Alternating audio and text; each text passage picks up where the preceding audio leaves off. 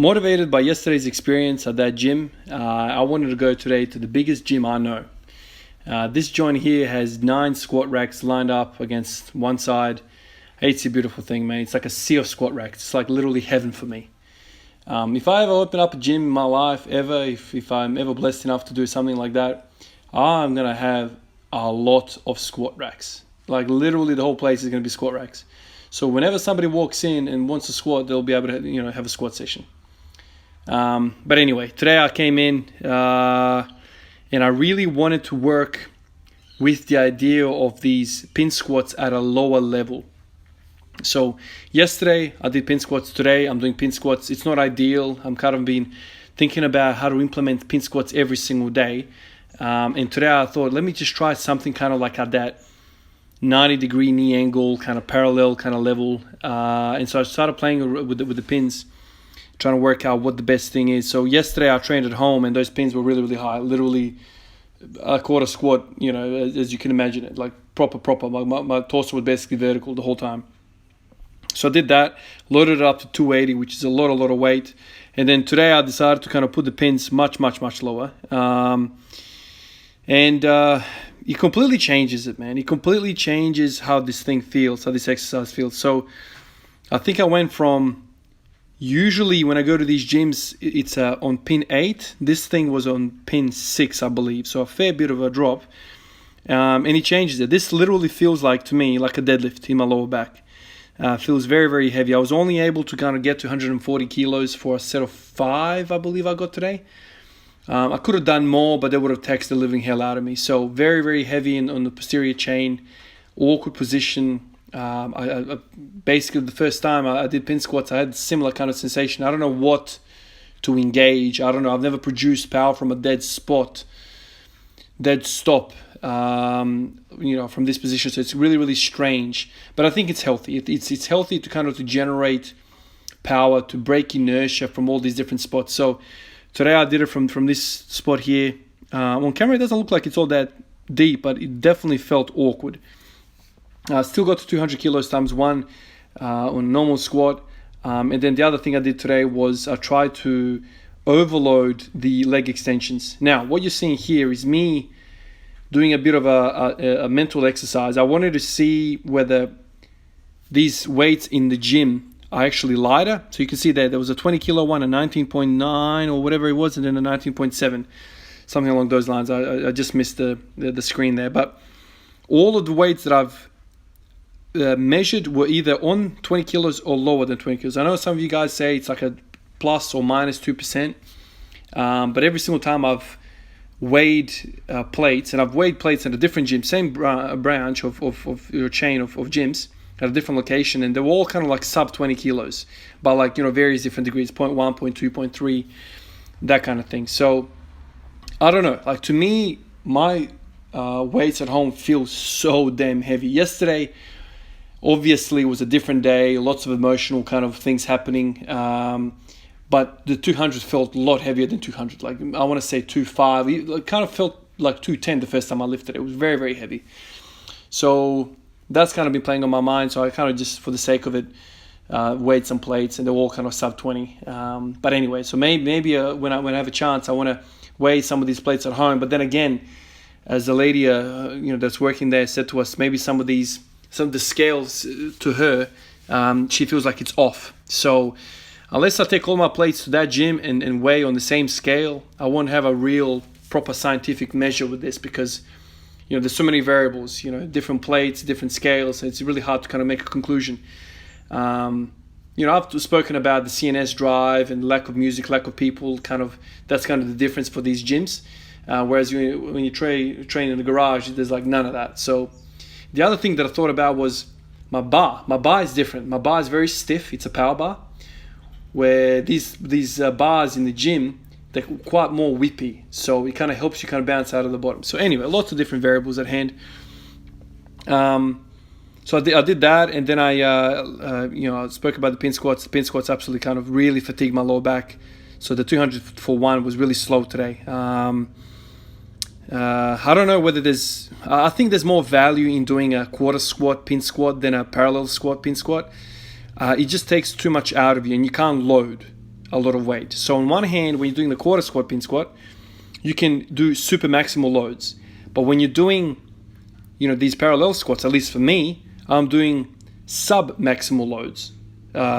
So it depends how you want to look at it. I feel like I want to use super maximal weights so I can really, really kind of stimulate the core, the whole column, the whole thorax, kind of like, glutes as well.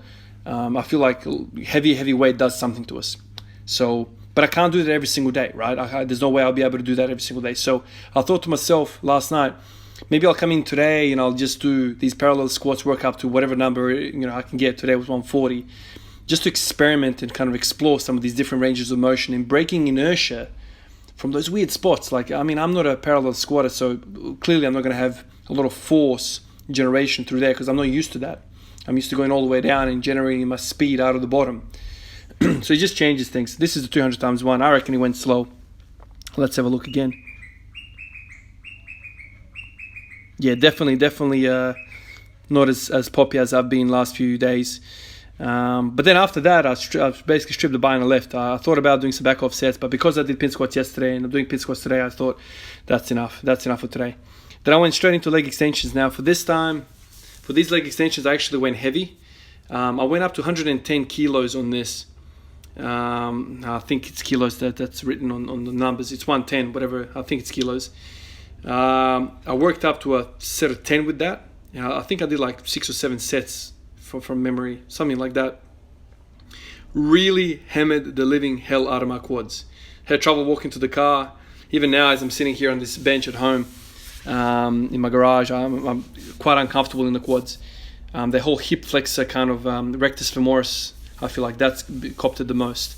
I was telling my cameraman, I watched the Olympics. I think it was in 96 kilo class, is it 96 kilo class? Something like that.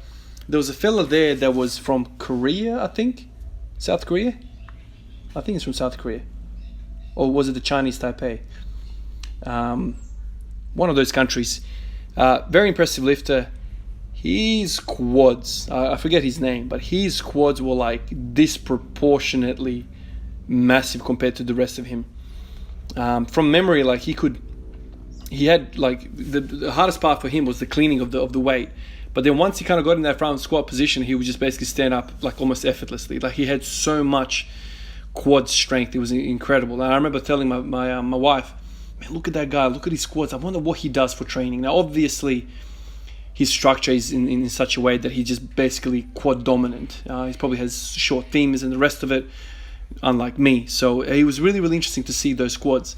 And he squatted, the squat portion was like a no event for him. It was like the cleaning portion, the deadlift portion that was really difficult for him.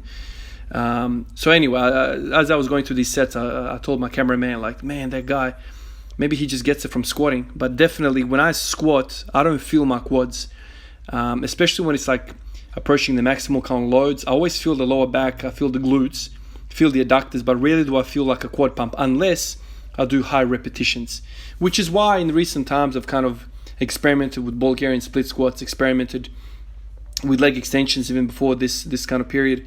But I've never kind of worked up to super heavy weight. Did it today, and oh my lord, this is probably going to hurt me tomorrow. I'm probably going to have DOMs. I pushed quite hard. 110 was the max. I don't know what can any of you guys do full stacks? I'm guessing if there's some of you really big guys out there, or quad dominant guys, you could probably do the whole stack. I think the whole stack is 132 kilos from memory, 138 kilos. That's, if you can do that for even one, that's impressive. This is gonna be a really good pump. But essentially, the reason why I'm doing this exercise is because I feel, this is the way I'm built. I feel like I don't really use my quads when I squat. I know it's strange as all hell, but I think, especially for a guy that squats every day, you'd think, well, what are you using if you're not using your quads? I feel like there's a distribution of power throughout everybody's body. Some of us are quad dominant, some of us are, hamstring dominant, glute dominant, whatever. I feel like I'm definitely glute dominant. I feel like that's exactly where my horsepower kind of lives. If I can kind of get my quads on the map, somehow get them really strong, through these accessory movements, it will be really, really good for me. That's kind of what led me to try the pin squats. That was my vision. But when I started the pin squats, I realized, man, pin squats are a lot more than just squats, man. In fact, man, like it is heavy on the core. Like stabilizing that lower back from not going into too much hyperextension, too much flexion. There's a lot of strain on the lower back. So I don't know if that's the best kind of exercise for quads. So this is why I'm resorting to leg extensions. I mean, this is the simplest bodybuilding move you can do to kind of bring up your quads. So that's kind of what's on my mind right now, doing this. And then doing pin squats for other reasons. I feel like the pin squats offer so much, and I don't think I still feel my quads engage all that much like I do with this machine, the leg extensions. I mean, this is a beast. Anyway, guys, so that's now 10 days in a row of 300 kilos. Crazy period, but I'll try and keep it going tomorrow. All right, guys, I'll catch you in the next one. Peace out.